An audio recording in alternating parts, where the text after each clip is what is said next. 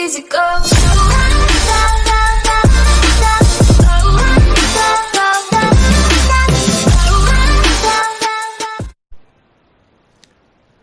Hello there, fellow viewers. I'm doing a bit of a small test run on Anthem over here. Now, I am already recently far into the game. Not really in the beginning, I'd say about quarter a halfway around about there. Already done quite a lot of missions and stuff already. Just going to give you a quick rundown on the surrounding area where I am. This is inside your main camp, or Fort Tarsus as it's known in the game, where you move around, get missions, talk to people, that kind of stuff. So just to give you a quicker rundown, this over here, when you start the game, this is where you end up coming, where you get your first mission and whatnot. And all over the map you will find these little books or scrolls which add to your cortex, which is like a library which tells you a little bit about the history, about a certain type of maybe javelin or the creatures that are in the world. Gives you a little bit of a rundown or history on everything. But pretty basic. Detail and graphics in the game is amazing, I must say that much. You've got three types of reputation. Freelancer reputation, where if you do freelancer missions, sometimes they post it on the board. Unless you've done all of them or you've done everything for the day, then there won't be any. And freelancer reputation increases the more you do odd jobs for freelancers. And once you reach your loyalty, you fill the bar for your loyalty, as you can see at the bottom there, months 1,397. Once you fill it to about 3,000, then I will get loyalty level 3 rewards, which is those which you can read over there. This guy over here, Yarrick, he also gives you side missions and missions that give you a little bit extra freelancer reputation points. And then over here you get daily, weekly and monthly challenges that you can do, which also give you rare resources and sometimes equipment as well to help make you a stronger pilot of the javelin. Let me go up here. This is going to give you a quick, show you a little bit what the fort looks like, a quick run over.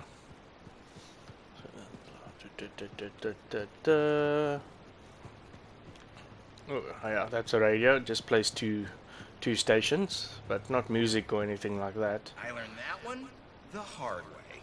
And this guy, you'll find him all around the fort sometimes. He talks about random stories or mentions random things, tries to make up things. This is a random unknown they probably put into the game just to give it a little bit more oomph or life, make it seem a little bit more realistic, different types of people you get. But yeah, let's hear what he has to say. I've been wanting to warn you about the bar owner. Okay. Her name is Max. All right. Now be careful with her. I'm telling you this as a friend. So you think we're pals or something? Yes, I feel very close to you. I mean, that's why I'm telling you this. It's for your safety. Got it. Okay, so I heard Max has connections to the regulators. Word in the fort is, if you owe her money and don't pay up, you could end up face down in a Scar encampment, torn apart by Wyvern. But if she's got regulator connections, why wouldn't she turn you over to them? Hey, I'm just telling you what I heard, because I don't want you to get hurt. Thanks for the heads up. You're welcome, my friend. Then you talk to random people across the fort, you also get loyalty points. Now, I'll explain the other two, the Sentinel and the Arcanist loyalty, in a moment. Just want to show you what the bar area looks like. This is Max. She's the bar owner, but she's not as dodgy as that guy mentioned. He makes up a lot of stuff, as I said earlier, so yeah, wouldn't really trust everything he says. Hey, Max. How's business? Business is great. Loads more people are stopping by. Of course, they're claiming the Dominion's coming and we're all gonna die, so it might not stay good. That's not gonna happen. Oh, I never bet against the house. So will it be this time, freelancer? My friend Faye brought a tape player in here. How hard would it be to get more Dawn Guard episodes? Dawn Guard, huh? They make that one in ANTHEM. Radio broadcast doesn't reach that far. For it to play here, someone's got to bring tapes by Strider. Slow. Expensive. So the answer is hard. Okay. I'll owe you a favor. You can collect it whenever you want. You got a deal. You might regret not putting any limits on that one, though. All sorts of things I could use a spare freelancer for. Some of them are even legal. Well, now I'm a little worried. Relax. I won't ask you to pants Commander Vool. Probably. Make that extremely worried. Come back later. I'll get your tapes. It'll be fine. More or less. Now, she does have connections. The previous bar owner, when you start the game, you talk to her, and she mentions here there's something, people are always talking about a bad juju about the bar, that all the previous bar owners of the place either die or mysteriously disappear. And then she ended up becoming the owner of this bar by winning the previous bar owner in a card game. So, yeah, nothing really too fishy about that. But yeah, this is the bar. Nothing all that fancy. Let's go up to the Sentinel area here. Oh, another civilian. Hey. Hey, is that what freelancers use instead of a proper greeting? You're still upset. I'm not saying one more word until you ask for forgiveness. All right. I'm sorry if I was Prying? concerned. However you feel about freelancers is your business. Yes, it is. But if you talk to me about it, maybe I could help. You're a lancer, you'd never... Oh, not only do you lack manners, you clearly don't know how to apologize. Educate yourself. Good day. Okay, so as we heard what she said, let's carry on our way here. I boil everything. Oh, I told this him guy, not to take next strain lightly. he's also a random civilian. But when you talk to him, it seems like he's got this job of trying to keep the whole Fort Tarsus grounds neat and tidy, clean, that kind of stuff. Hence him standing with the broom. Hello, freelancer. Hello, Brindle. I don't expect your support, but it's my job to create change. So we should discuss a matter that impacts you as a freelancer. All right. I wouldn't be so casual. If we don't deal with this, someone is going to die. So what are we looking at? The Javelin launch deck has no safety rail. Good one, Brindle. I thought you were serious. I'm not joking. The deck is extremely dangerous for maintenance workers. Arlick Janky slipped off the edge during his morning cleaning shift. Is he okay? He broke both legs, one index finger, 3 ribs, and his nose. He's okay now, but he's still walking a little funny. And he makes a whistling sound when he breathes. I'm sorry to hear that. Is there anything I can do? Yes, support my proposal to install safety railings on the launch deck. But javelins might catch on the railings when they launch.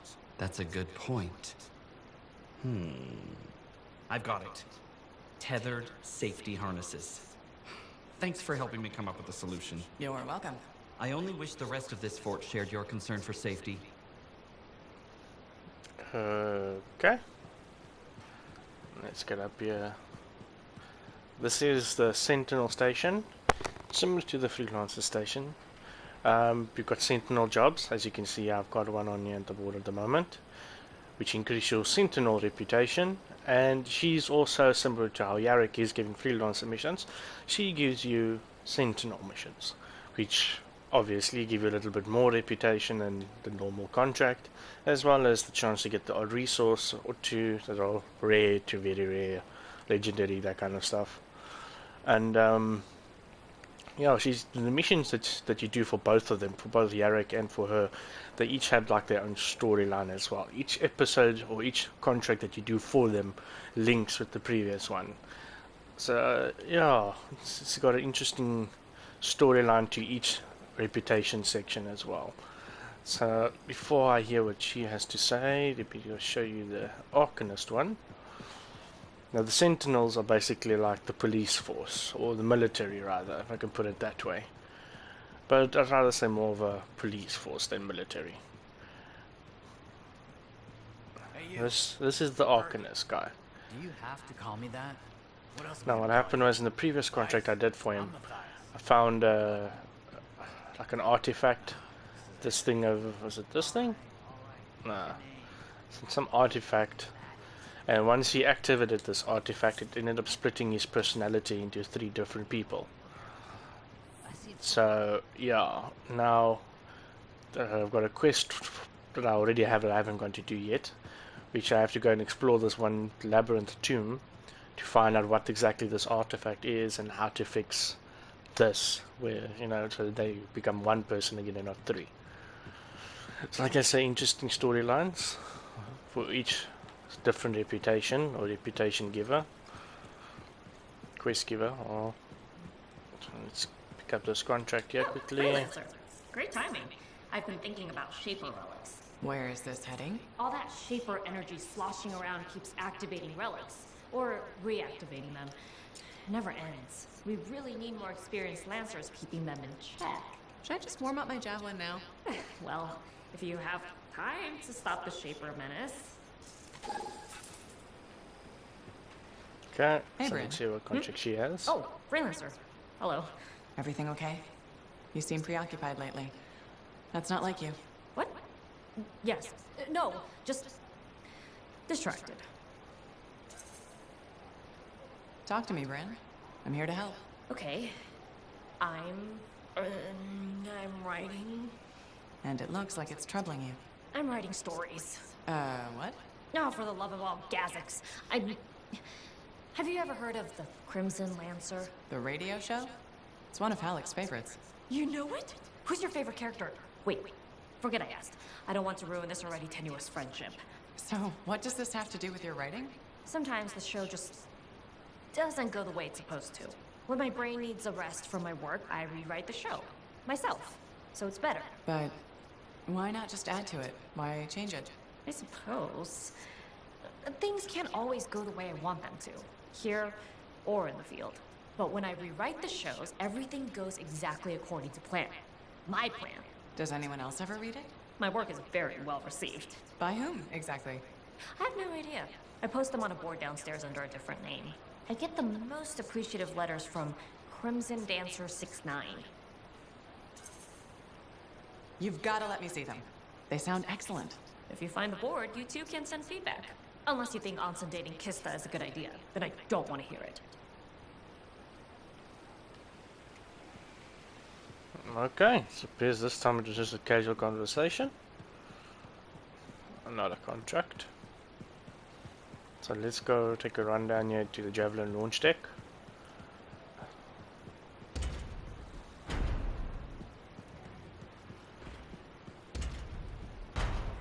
This is the market area as well. You got different shop fronts where you can buy, but in all honesty, Has gotten us a ticket from the custodian. as I was saying, in all honesty, all the stores are pretty much the same. Welcome to my store. Browse away.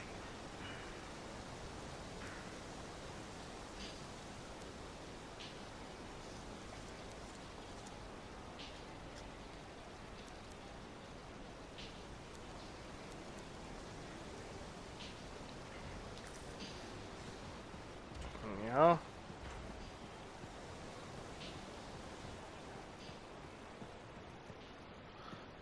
They're all different. They all look different, but then they're all pretty much the same. What are we up to today? This is the forge, where you can swap javelins, edit your javelin's appearance, change equipment on your javelin, all that kind of stuff. You'll put this javelin through its paces. At the moment, I'm using a legendary Razorwing Bladesinger as a secondary, and a legendary Assault Rifle as a primary. The Bladesinger just shoots discs, which bounces from one opponent to the next. Does a heck of a lot of damage. And yeah, these are all secondaries that I have, but you can scrap them for components, so on. Grenade launcher, grenade launcher. This one does 85 damage, 255 blast. That's an auto cannon, okay. Always good to keep one like in your inventory in case you never know what kind of stuff you could run into. This is my melee weapon. I got something better from my previous mission. Salvage that one. What else have I got here? No, the one I've got at the moment's better. Components. This is all upgrades to your javelin that you can equip. You can get all different kinds of ones, as you can see here. Each one's got its own little bit of, how can I say, increase and decrease in different kinds of things on your javelin. Like one will give you more armor and less shield, one will give you more shield and less armor, and you get ones that give you both. And you get ones like this one here, which increases your javelin's heat capacity with your thrusters when flying around, but at the same time decreases your armor and shield because it's replacing one that you've got, that kind of stuff. I won't scrap those others yet. At the moment I'm using this mortar launcher, but I've clearly got someone better here, so let's see here. Fire coil shocks enemies across a large area. That one creates a wall of flame that burns enemies. No, we do not want that. I want something more powerful. Damage 300. I'd rather take that. Got a faster recharge as well. Let's have a quick look. Let me just swap javelins here. And I've got, this is the Colossus which I'm using at the moment. Then I also have the Storm Javelin, as well as the Ranger Javelin. This is my Storm, the one I actually enjoy using the most, in all honesty.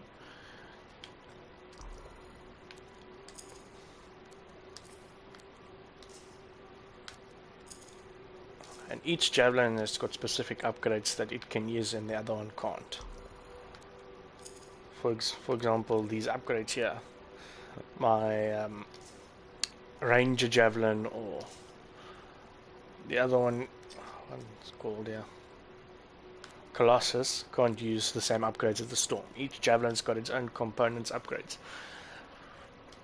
I think my Ranger is pretty basic. Nothing too fancy on it.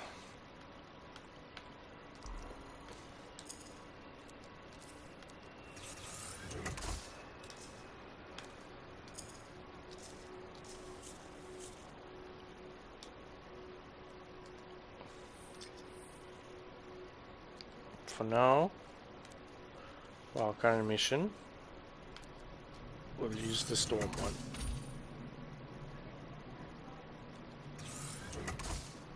I'll run a bit with our Storm Javelin, as I've been running a lot with the Colossus lately.